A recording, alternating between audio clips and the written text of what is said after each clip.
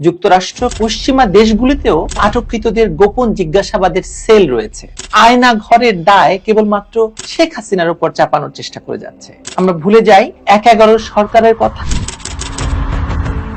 প্রশ্ন করেন তো, তারেক রহমানকে কোথায় নিয়ে নির্যাতন করা হয়েছিল? কোন সে ভয় যার কারণে মাহফুজা নামের মতো সম্পাদকরা ডিজিএফআই এর এই সাপ্লাই দেওয়া খবর প্রকাশে বাধ্য হতেন? যিনি আয়না ঘর নাম দিয়ে বিখ্যাত করে দিয়েছেন সেই সাংবাদিক তাসনিম খলিল, তাকে কোথায় নির্যাতন করা হয়েছিল? দীর্ঘ ৬-৭ মাস অপেক্ষা করার পরেও ডক্টর ইউনূস কেন আয়না ঘর পরিদর্শনে যেতে পারলেন না?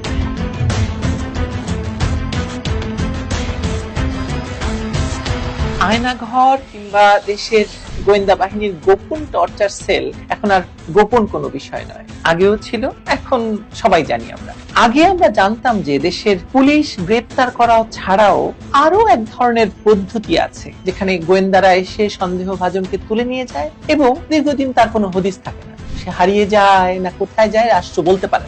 বাংলাদেশে জেনারেল জিয়ার সামরিক শাসনামল থেকে শুরু করে পরবর্তী সকল শাসনামলেই এই গোপন এবং অপ্রকাশ্য আটক এবং নির্যাতন প্রক্রিয়া কার্যকর ছিল। শুধু বাংলাদেশে বলছি কেন, যুক্তরাষ্ট্র কিংবা পশ্চিমা দেশগুলিতেও এইভাবে আটককৃতদের গোপন জিজ্ঞাসাবাদের সেল রয়েছে।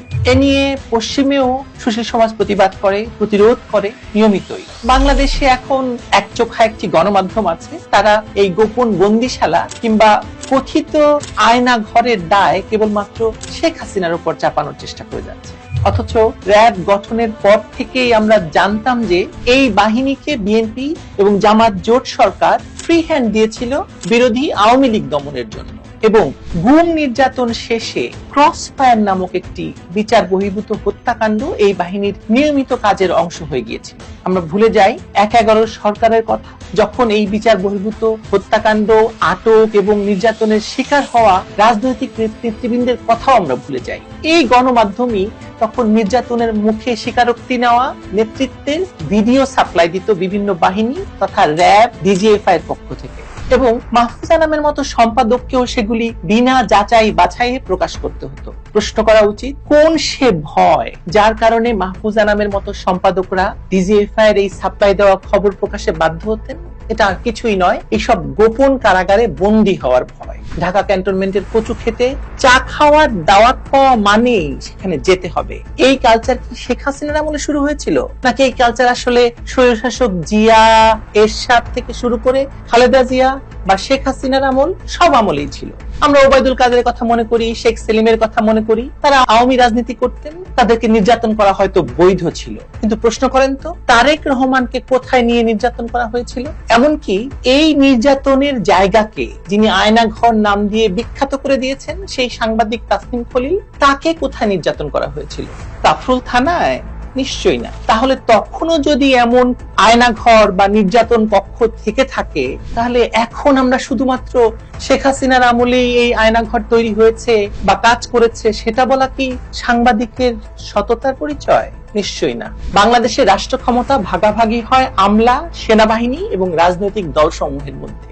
যে দল আমলা এবং সেনা সমর্থন পায় তারা সরকার গঠন করে এবং টিকে থাকে, এটাই বাস্তবতা। কিন্তু দুঃখের বিষয় হলো সেনাবাহিনী ক্ষমতার বেশিরভাগটুকুই নিয়ে যায় আমলা এবং সেনাবাহিনী মিলে, আর যেটুকু বাকি থাকে সেটুকু রাজনীতিবিদরা ভোগ করে। কিন্তু যখন ক্ষমতাচ্যুত হয় তখন এটাই তাদের বিরুদ্ধে সবচেয়ে বেশি ব্যবহার হয়। ক্ষমতার চর্চায় প্রথম এবং প্রধান মেশিন হচ্ছে এই আমলা এবং সেনাবাহিনী।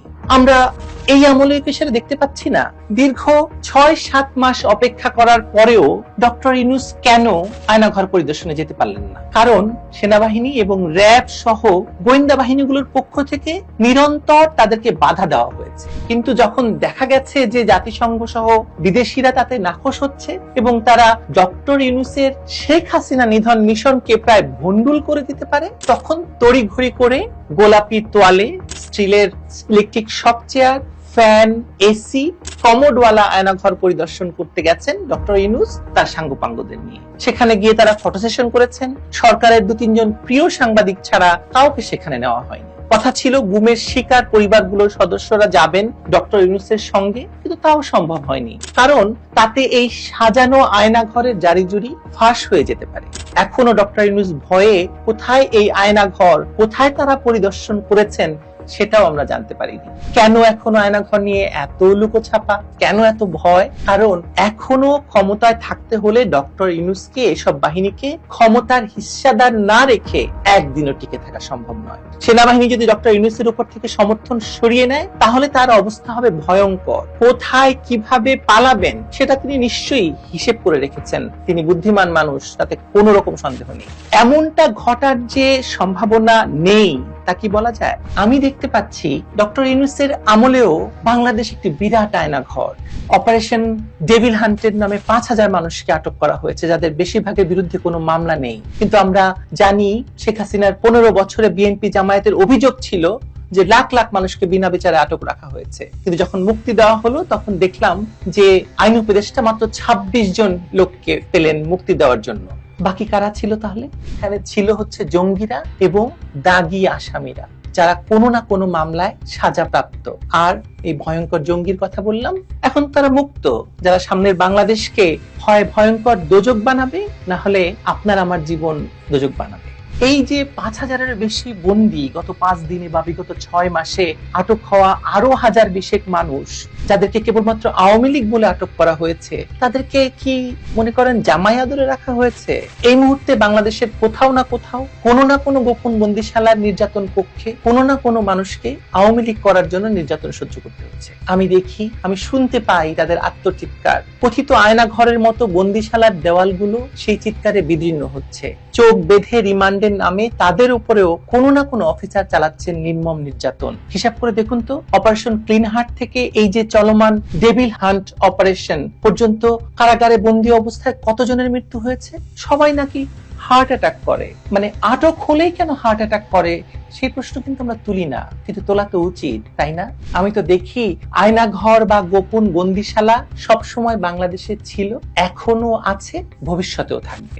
কারণ বাংলাদেশের মতো রাষ্ট্রগুলোতে রাষ্ট্রীয় এসব বাহিনী তৈরি হয় সাধারণ জনগণের জীবনকে ভয়াবহ করে তোলার জন্য। কোনো যুদ্ধ তাদেরকে করতে হয় না কখনো।